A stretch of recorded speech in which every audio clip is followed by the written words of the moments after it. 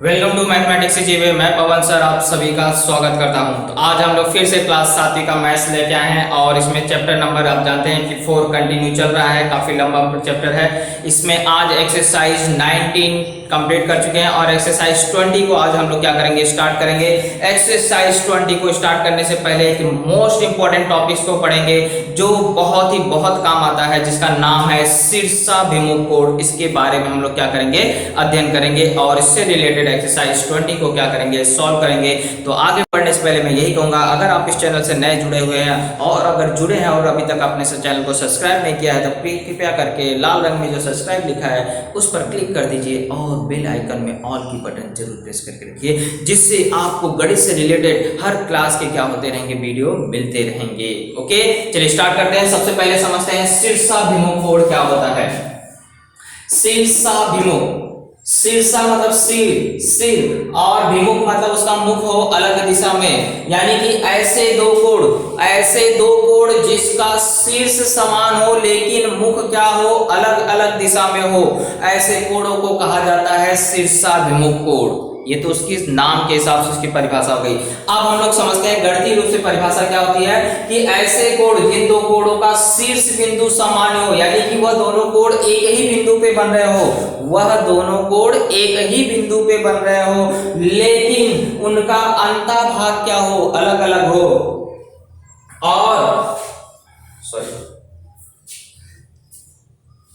और ये क्या करती हो, विपरीत किरणों की जोड़ियां बनाती हो, यानी कि ये जो कोण है, आपको जो कोण बनेगा उस कोण की भुजाएं क्या करती हो, विपरीत किरण की दो जोड़ियां बनाती हो, तो उससे कोणों को कहा जाता है शीर्षाभिमुख कोण। जैसे मैं एक लाइन यहाँ खींचा, एक लाइन यहाँ खींचा तो कोण बन गए 4। तो ये वाला कोण देखिए, इस कोण का मुख यहाँ पे देखिए, सारे के सारे कोण इसी बिंदु पे बन रहे हैं, लेकिन ये और ये कोण शीर्षाभिमुख नहीं होंगे। क्यों नहीं होंगे? क्योंकि इनके अंतःभाग तो अलग है लेकिन ये दोनों विपरीत किरण की जोड़ियां नहीं बना रही हैं। तो शीर्षाभिमुख कोण क्या होता है, जिसका मुख अलग दिशा में हो।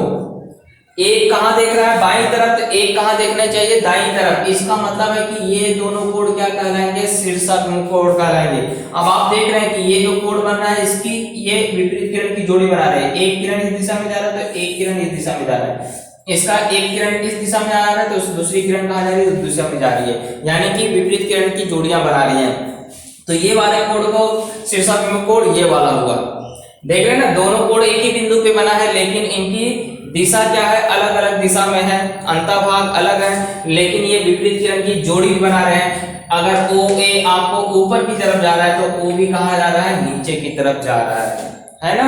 और अगर ओ सी आपको दाईं तरफ जा रहा है तो ओडी कहां आ रहा है, आपको बाईं तरफ आ रहा है। तो इस तरह से विपरीत किरण की दो जोड़ियां बन रही है। तो ये कोण और ये कोण क्या कहलाएंगे, शीर्षाभिमुख कोण कहलाएंगे, और ये वाला कोण इसका शीर्षाभिमुख कोण कहलाएगा, क्योंकि इसका मुख ऊपर की दिशा में है, इसका मुख नीचे की दिशा में है। दोनों का बिंदु शीर्ष बिंदु समान है लेकिन मुख क्या है, अलग अलग दिशा में। तो ऐसे कोणों को कहा जाता है शीर्षाभिमुख कोण। और शीर्षाभिमुख कोणों के माप हमेशा क्या होते हैं, समान होते हैं। यानी कि अगर ये 70 अंश है तो ये भी कितना अंश का होगा, 70 अंश। ये वाला कितने अंश का होगा, ये रेखीय युगल कोण है, देख रहे हो ना, सीधी रेखा पे बना हुआ कोण है। तो रेखीय युगल कोण का माप निकालने के लिए 180 में से इसको घटा दोगे तो 110 आएगा, तो ये वाला भी कितना आ जाएगा, 110। इस तरह से यहाँ पे दो ही प्रकार का कोण बनता है। ओके, तो ये हुआ हमारा शीर्षाभिमुख कोण। अब इसी पर आधारित हम लोग क्या करेंगे, प्रश्नों को हल करेंगे। चलिए क्वेश्चन नंबर फर्स्ट में आते हैं। क्वेश्चन नंबर फर्स्ट में बोल रहा है रेखा AC और रेखा BD परस्पर बिंदु P पे प्रतिच्छेदित कर रहे हैं। कोण APD का मान 47 अंश है, तो ये तीनों कोणों का मान ज्ञात करना है। तो याद रखना यहाँ पे दो ही प्रकार का कोण होगा, या तो रेखीय युगल कोण होगा या तो शीर्षाभिमुख कोण होगा। शीर्षाभिमुख कोण होगा तो शीर्षाभिमुख कोणों के माप समान होंगे, और अगर रेखीय युगल कोण रहेगा तो 180 में से उसको घटा करके निकालोगे। इस तरह से दो आपको तरह से सवालों को क्या करना है, हल करना है। तो सबसे पहले हम लोग देख लेते हैं APB। ये वाले कोण के साथ ये वाले कोण का मान बोल रहा है, तो ये वाला कोण और ये वाला कोण एक सीधी रेखा पे बन रहे हैं, यानी ये रेखीय युगल कोण है। और रेखीय युगल कोण का मान निकालने के लिए हम लोग क्या करते हैं, 180 में से घटा के निकालते हैं। तो हम लोग यहाँ लिख देंगे कि कोण APB का अगर मुझे मान निकालना है तो 180 माइनस कर दूंगा किस कोण को, APD को। कारण क्या लिख दूंगा, क्योंकि कैसे कोण है, रेखीय युगल कोण।